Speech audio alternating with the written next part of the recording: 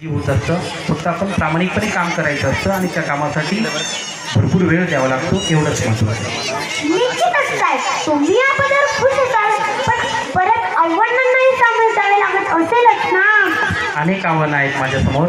मी या पदावर खुश आहे, परंतु माझ्यासमोर एक आव्हान असं आहे की मी ज्या पदावर काम करतो त्या पदावर काम करत असताना माझ्यासमोर जी माणसं असतात किंवा जे शिक्षक असतात ते खुश राहणं महत्त्वाचं आहे. परंतु कधीकधी कामाच्या ओघामध्ये ते माझ्याकडनं सगळे 100% लोक खुश राहू शकत नाही, तर तिथे मला थोडंसं विचार करावा लागतो आणि अजूनही भविष्यामध्ये फार मोठा विचार करावा लागेल की सगळ्या 100% लोकांना मी कसा खुश ठेवू शकतो.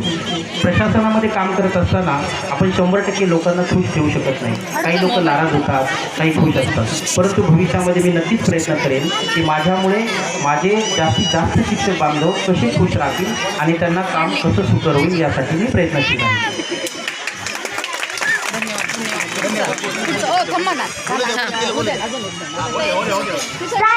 लहानपणी तुम्हाला कोण व्हावेसे वाटत होते बरे?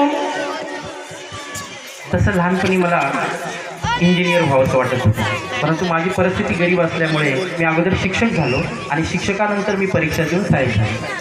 साहेब, तुमच्या आयुष्यातील एखादा आनंदाचा प्रसंग आमच्याशी शेअर कराल प्लीज? Very good. माणसाच्या जीवनामध्ये अनेक आनंदाचे प्रसंग असतात. आता असे अनेक प्रसंग इथे सांगायला गेले तर आपल्याला वेळ कमी आहे. त्यामुळे हाही आजचा बाल आनंद मेळावा हा सुद्धा तुम्ही सगळेजण अतिशय उत्साहाने, सगळी मुलं, सगळे शिक्षक अतिशय उत्साहाने सहभागी झाले. हा सुद्धा माझ्या दृष्टीने अतिशय आनंदाचा क्षण आहे आजचा. साहेब, तुमचा आदर्श कोण आहे असे तुम्हाला वाटते? माझा आदर्श माझी आई आहे. साहेब, तुमचे जबाबदार कर्तव्यदक्ष अधिकारी म्हणून ख्याती आहे. आम्हाला तुमचा अभिमान आहे, मान आहात तुम्ही आमचा. तुम्हाला अभिमान वाटेल एखादा प्रसंग आमच्याशी शेअर कराल प्लीज?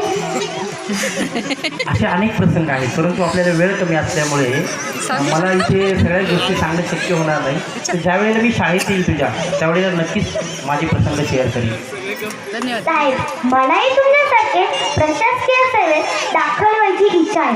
त्यासाठी काय करावे लागेल बरे? बेटा, तू आत्तापासूनच खूप मोठं स्वप्न पाहिलेलं आहे. ते स्वप्न साकार होण्यासाठी खूप खूप अभ्यास करायचा, अभ्यासामध्ये नियमितता ठेवायची, मोबाईल वापरायचा नाही, मोबाईलबरोबर गट्टी करायची नाही आणि भविष्यात खूप अभ्यास करायचा, मेहनत घ्यायची, कष्ट करायचे. तू नक्कीच उच्च पदावर जाशील.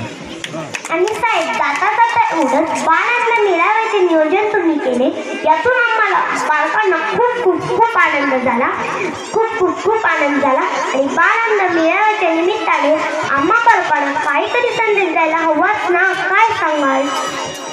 यातून एकच संदेश असा जातो, आज एवढी हे सगळी जी मुलं आणि शिक्षक आहेत सर्वांनी एकजुटीने जर काम केलं, सर्वांनी संघभावनेने काम केलं तर कुठलंही यश हे लांब नसतं, ते जवळ असतं. आणि म्हणून शेवटचा संदेश असेल माझा, एकच संदेश आहे की सगळ्यांनी सामूहिकरित्या प्रयत्न केले तर आपण कुठल्याही गोष्टीमध्ये यशस्वी होऊ शकतो. धन्यवाद साहेब. इतक्या बिझी शेड्यूलमध्ये तुम्ही आम्हाला वेळ दिलात, आमच्या प्रश्नांना खुलासपणे उत्तर दिले. धन्यवाद. या मुलीने अतिशय छान अशा प्रकारची मुलाखत घेतली. हिला मी खूप इथं धन्यवाद हिला देतो. आणि वाकचौरे साहेब इथं एक पुष्पगुच्छ देऊन